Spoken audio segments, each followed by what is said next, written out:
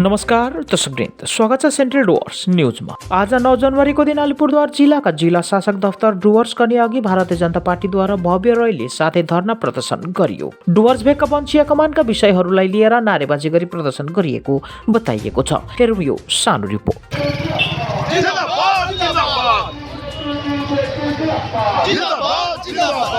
भेट्न आउनु सक्दैन, यत्रो ठुल्ठुलो बेरिकेड लगाएर हामीलाई छेकिदिने, हामीलाई लड्कार्दैछ।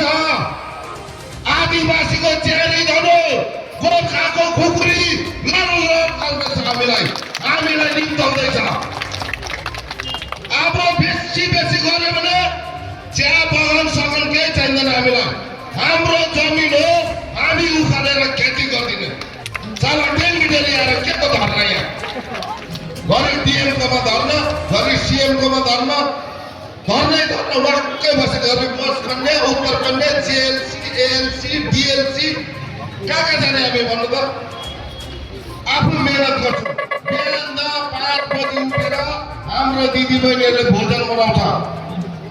भोजन बनाउनुको बादमा हतार गरेर खाएर हातमा छुरी हल्लाउँदै कलम काट्छ, हातमा ठेला भएको हुन्छ। हेर्नुहोस्, हामी बगानको मजदुर हो, हामीलाई थाहा छ कतिको दुःख पीडा हामीलाई हुन्छ भनेर। र मजदुरको पीडा केवल मजदुरले मात्रै बुझ्नु सक्छ।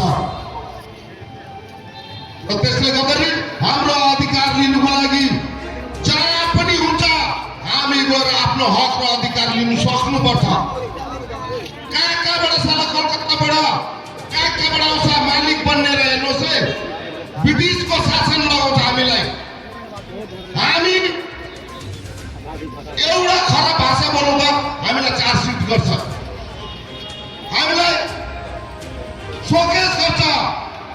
तर त्यसले आज 2 साल 3 साल 4 साल 5 सालको पिएफ पैसा काटेर त्यसले खाइरहेछ। कोही सरकारले कोही निर्णय गर्दैन हामीलाई। एउटा दुःखको कुरो हो नि। सोच